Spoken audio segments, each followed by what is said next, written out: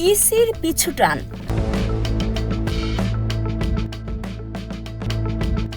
জনরোষের মুখে মোবাইল নিষেধাজ্ঞা প্রত্যাহার। ভোট কেন্দ্রে ৫৪০ বিদেশি পর্যবেক্ষকের কড়া নজর। সোমবার সকাল থেকে সন্ধ্যা পুরো দেশ ছিল এক অজানা আশঙ্কায়। নির্বাচন কমিশন কি তবে ভোট কেন্দ্রের ৪০০ গজের মধ্যে ডিজিটাল কারফিউ জারি করতে যাচ্ছে? সাংবাদিকরা ছবি তুলতে পারবেন না, ভোটাররা ফোন নিতে পারবেন না। সামাজিক যোগাযোগ মাধ্যমের ঝড়। জামায়াতে ইসলামী সহ ১১ দলীয় জোটের কঠোর হুঁশিয়ারি এবং গণমাধ্যমের তীব্র ক্ষোভ। অবশেষে দিনভর নাটকীয়তা শেষে সন্ধ্যার আধারে পিছু হটল নির্বাচন কমিশন। আগারগাঁওয়ের নির্বাচন ভবনে ইসি সচিব যখন ব্রিফিংয়ে এলেন তখন তার কণ্ঠে ছিল নমনীয় সুর। তিনি জানালেন সিদ্ধান্ত বদল। ৪০০ গজের সেই নিষেধাজ্ঞা আর নেই। অর্থাৎ ভোটের দিন পকেটে ফোন রাখা অপরাধ নয়, কিন্তু সাবধান, সবকিছুরই একটা সীমারেখা আছে। ফোন নেওয়া যাবে, তবে গোপন কক্ষের ভেতরে ক্যামেরা অন করলেই বিপদ। ১২ ফেব্রুয়ারি সকাল ৭:৩০টায় শুরু হতে যাওয়া এই মহাযজ্ঞের আগে ইসির এই ইউটার্ন কি শুধুই কৌশল, নাকি চাপের মুখে নতি স্বীকার? আজ আমরা বিশ্লেষণ করব কেন ইসিকে সিদ্ধান্ত বদলাতে হলো এবং ৫৪০ জন বিদেশি পর্যবেক্ষকের উপস্থিতি কি প্রমাণের চেষ্টা যে এবার আর রাতের ভোট হবে না। ঘটনা শুরু একটি প্রজ্ঞাপন দিয়ে।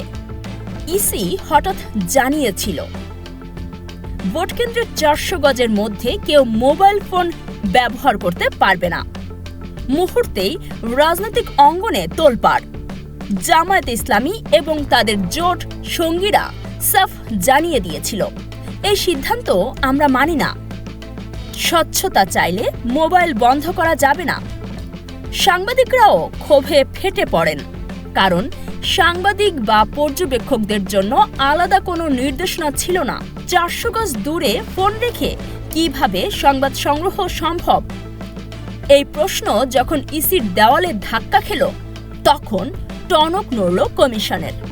সোমবার সন্ধ্যায় ইসি সচিব আনুষ্ঠানিকভাবে জানালেন, সকাল থেকে একটা বিষয় নিয়ে আমরা প্রচণ্ড আলোচনার সম্মুখীন হয়েছি। আপনাদের মনে দ্বিধা ছিল, আমরা সেই সিদ্ধান্ত থেকে সরে এসেছি।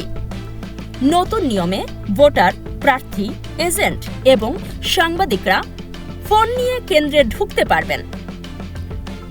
তবে শর্ত একটাই, গোপন কক্ষ বা যেখানে ব্যালটে সিল মারা হয় সেখানে কোনো ছবি তোলা বা ভিডিও করা যাবে না।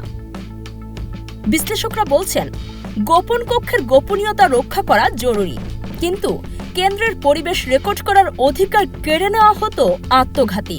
ইসির এই বোধোদয় নির্বাচনের স্বচ্ছতার জন্য একটি বড় বিজয়। আরেকটি বড় ঘোষণা এসেছে ভোটের সময়সূচি নিয়ে। সাধারণত ভোট ৮টায় শুরু হয়, কিন্তু এবার ১২ ফেব্রুয়ারি ভোট গ্রহণ শুরু হবে সকাল ৭:৩০টায়। আধা ঘন্টা এগিয়ে আনার এই সিদ্ধান্ত কি ভোটার উপস্থিতি বাড়ানোর জন্য, নাকি অন্য কোনো অঙ্ক? তবে সবচেয়ে গুরুত্বপূর্ণ বিষয় হল ফলাফল ঘোষণা। ইসি সচিব স্পষ্ট করে বলেছেন, রেজাল্ট ডিলে বা দেরি হওয়ার কোনো যৌক্তিক কারণ নেই, কিন্তু গণনা শেষ হওয়া পর্যন্ত অপেক্ষা করতে হবে। তার ভাষায়, ব্যালট কাস্ট হওয়ার পর তা গুনতে যদি ৩ ঘন্টা লাগে তবে ৩ ঘন্টায় লাগবে। এটাকে ডিলে বলা যাবে না। অর্থাৎ ইসি আগে থেকেই বার্তা দিয়ে রাখছে, ফলাফল পেতে রাত হতে পারে। অতীতের নির্বাচনগুলোতে গভীর রাতে ফলাফল পাল্টে যাওয়ার যে ইতিহাস মানুষ দেখেছে, সেই ভীতি কি এবার কাটবে? ইসি সচিবের এই লজিক্যাল ডিলের ব্যাখ্যা কি জনগণ মেনে নেবে, নাকি গণনার ওই ৩-৪ ঘন্টাই হবে আসল রহস্যের সময়? এবারের নির্বাচন যে অন্য যে কোনো সময়ের চেয়ে আলাদা, তার সবচেয়ে বড় প্রমাণ হল বিদেশি পর্যবেক্ষকদের তালিকা। ইসি সচিব গর্বের সাথে জানালেন, মোট 540 বিদেশি সাংবাদিক ও পর্যবেক্ষক এখন ঢাকায়। সংখ্যাটা ছোট নয়। কারা আসছেন? তালিকাটা শুনলে চোখ কপালে উঠবে। পাকিস্তান থেকে সাংবাদিক আসছেন, কাতার থেকে Al Jazeera, Japan BBC news, AP, Reuters, ABC Australia. ইউরোপের ফ্রান্স, ইতালি, স্পেন, নেদারল্যান্ডস থেকেও আসছেন সাংবাদিকরা। আন্তর্জাতিক সংস্থা 330 জন, আন্তর্জাতিক গণমাধ্যম 150 জন সাংবাদিক।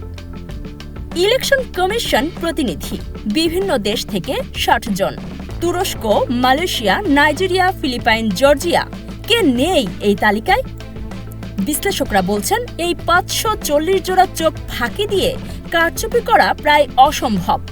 আল জাজিরা বা বিবিসির ক্যামেরা যখন কেন্দ্রে থাকবে, তখন কি কেউ ব্যালট বাক্স ছিনতাইয়ের সাহস করবে? ইসির জন্য এটি যেমন গর্বের, তেমনি বড় চ্যালেঞ্জ। কারণ একটি ভুল রিপোর্ট মুহূর্তেই নির্বাচনের গ্রহণযোগ্যতা শূন্যে নামিয়ে দিতে পারে। ভোটের মাঠের নিরাপত্তা নিয়ে ইসি এবার জিরো টলারেন্স মুডে।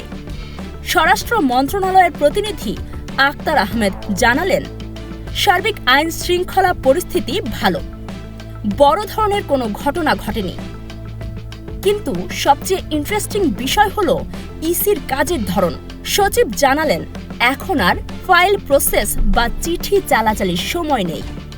যেখানে সমস্যা হবে সেখানেই ফোনে অ্যাকশন। তিনি বললেন, এখন পত্রলাভ করে ফাইল প্রসেস করতে গেলে দেখা যাবে ইলেকশন ইজ ওভার। তাই আমরা সরাসরি কনসার্ন জানিয়ে দিচ্ছি। অর্থাৎ আমলাতান্ত্রিক জটিলতা বাদ দিয়ে রিয়েল টাইম অ্যাকশন এর প্রতিশ্রুতি দিচ্ছে ইসি। 12 ফেব্রুয়ারি কোনো প্রাণহানি চায় না কমিশন। কিন্তু মাঠ পর্যায়ের উত্তাপ কি তারা নিয়ন্ত্রণ করতে পারবে? সেনাবাহিনী, র্যাব এবং পুলিশের সমন্বয়ে যে নিরাপত্তা বলয় তৈরি হয়েছে তা কি যথেষ্ট? মোবাইল নিষেধাজ্ঞার কালো মেঘ কেটে গেছে। 540 জন বিদেশি অতিথির সামনে বাংলাদেশ এখন প্রস্তুত। 12 ফেব্রুয়ারি সকাল 7:30টায় শুরু হবে সেই মহেন্দ্রক্ষণ। ইসির এই ইউটার্ন প্রমাণ করে জনগণের প্রতিবাদ এবং রাজনৈতিক দলগুলোর চাপ এখনো কাজ করে। গোপন কক্ষের গোপনীয়তা বজায় রেখে মোবাইল হাতে স্বচ্ছতার এই লড়াইয়ে কে জিতবে? জনগণ কি নির্বিঘ্নে ভোট দিতে পারবে, নাকি গণনার ওই কয়েক ঘন্টায় গড়ে দেবে ব্যবধান? চোখ রাখুন আমাদের পর্দায়। 12 তারিখের প্রতিটি মুহূর্ত, প্রতিটি ব্রেকিং নিউজ এবং বিদেশি পর্যবেক্ষকদের প্রতিক্রিয়া আমরাই তুলে ধরব সবার আগে। এতক্ষণ দেখছিলেন ইকো অফ বাংলাদেশ। প্রতিদিনের এমন নিউজ আপডেট পেতে সাবস্ক্রাইব করুন আমাদের চ্যানেল, সেই সাথে অন করে রাখুন বেল আইকন।